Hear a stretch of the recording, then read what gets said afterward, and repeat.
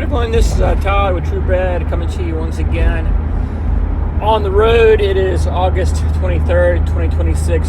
Just got a few minutes here on my way to do a little bit of night flying. I wanted to get this video out today because I've got more coming up. So it's a little bit dark, hope you can see okay. But we have a little bit going on to discuss. I can see the moon over my shoulder here. It's coming up on full. So the crescent was seen about 10 days ago. So we are in the 6th biblical month, which is extremely important because the time goes by so fast. Next time we see the crescent, it's going to be the 7th month of the biblical year, which there's 4 holy days in that month.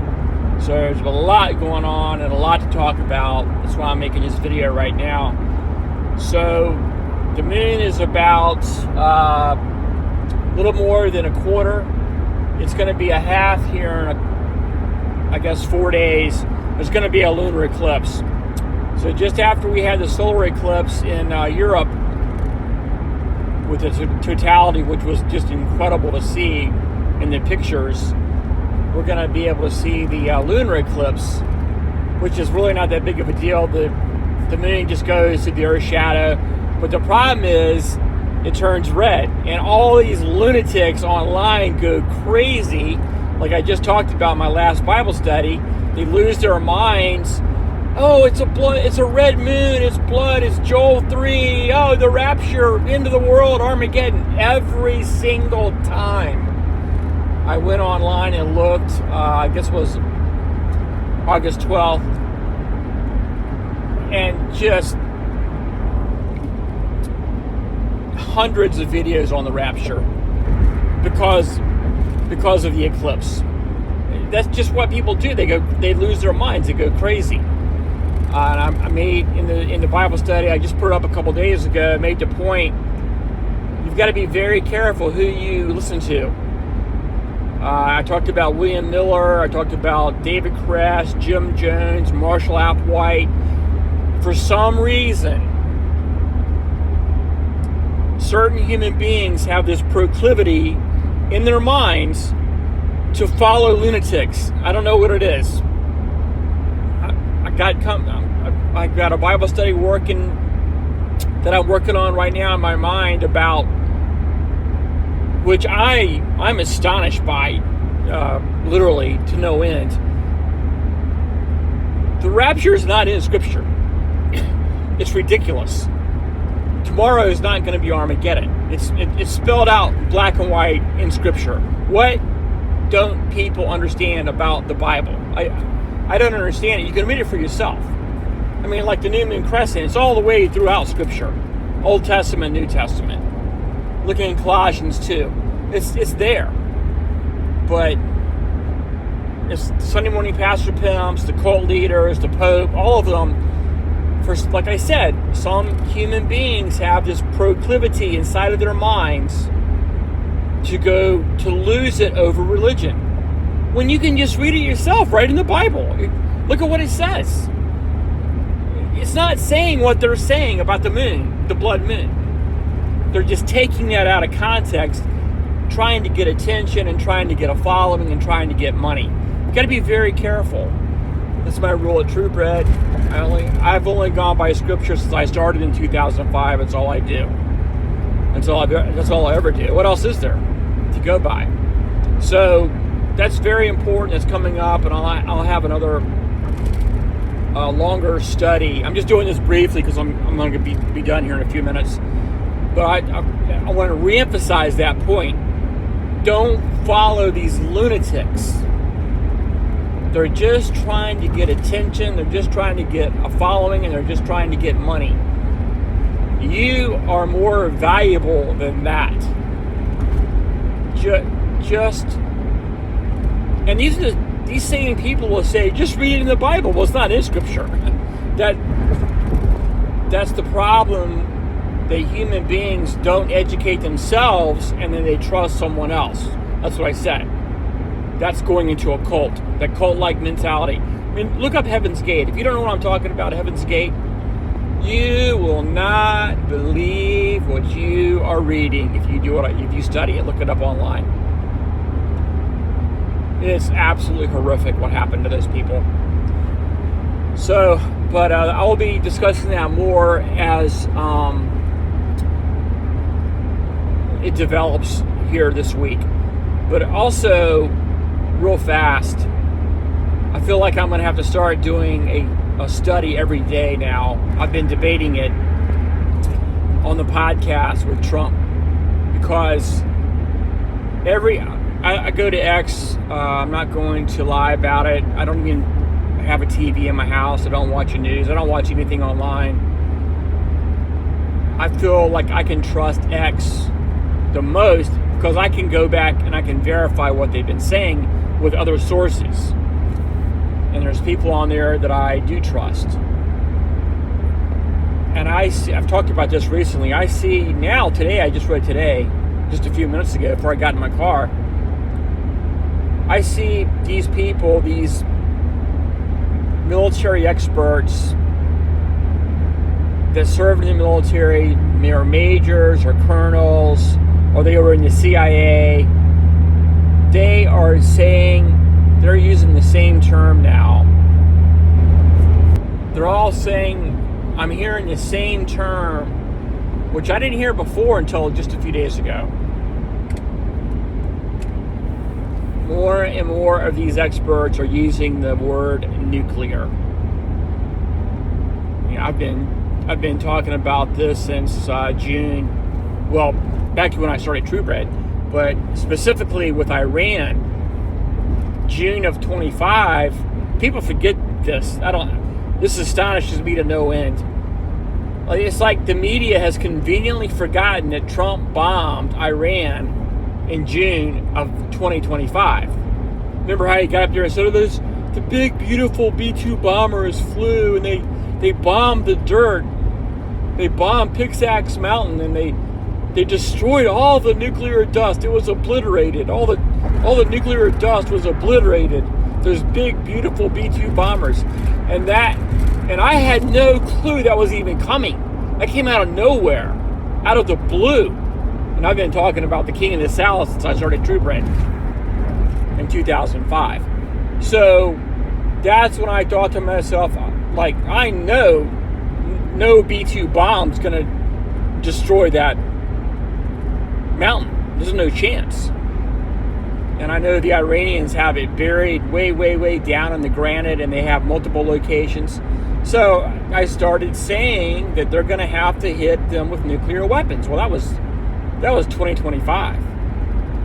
And now, after Trump just came out, this guy's ridiculous, man. He talks and he writes like a fourth grader, or even worse than that.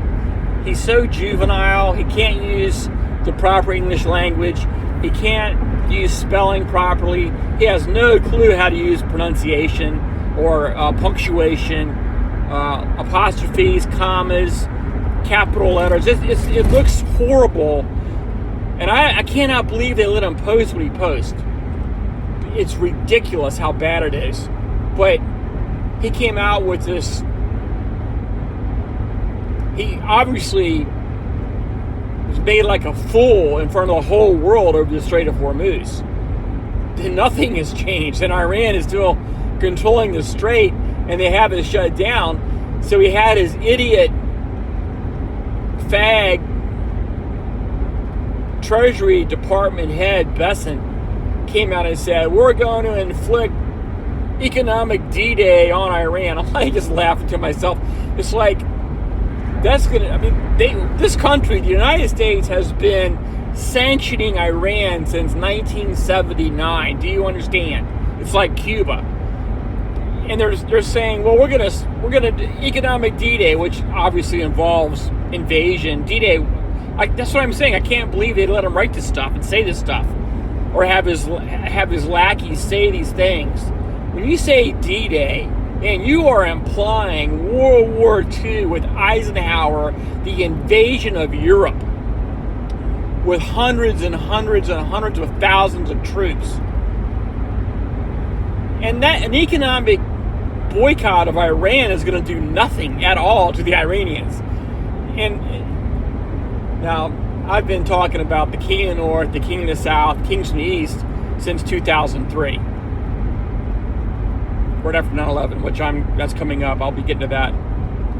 I hope you can see, because it's getting dark. The audio is more important. Don't worry about the video visuals right now. But I've been saying this since 2003. The kings from the east, and I said Russia and China. I did not even know what BRICS was until my mom told me in 2009. When she said that about BRICS and told me what it meant, I could not believe what she was saying. Literally, I was stunned. I know exactly where I was standing. The exact moment in time and day burned through my mind forever when my mom told me that about Brazil, Russia, India, China, South Africa. I'm telling you, man, it clicked so hard in my mind. Iran, those are Iran's allies. The United States can do nothing economically to Iran. And not to mention, we just went over $40 trillion of debt. All it's going to do is backfire and hurt the United States. So that's my point. That's what I'm saying. Trump has already threatened again military action and an invasion of Iran with troops. He's already said it this week. Well, today's Sunday, right? Sunday, August 23rd, 2026. It's about 8:20 p.m. Just a couple days ago, he was saying, they better surrender and wave the white flag, or we're going to have economic D-Day. And then he started bringing up conflict and invasion.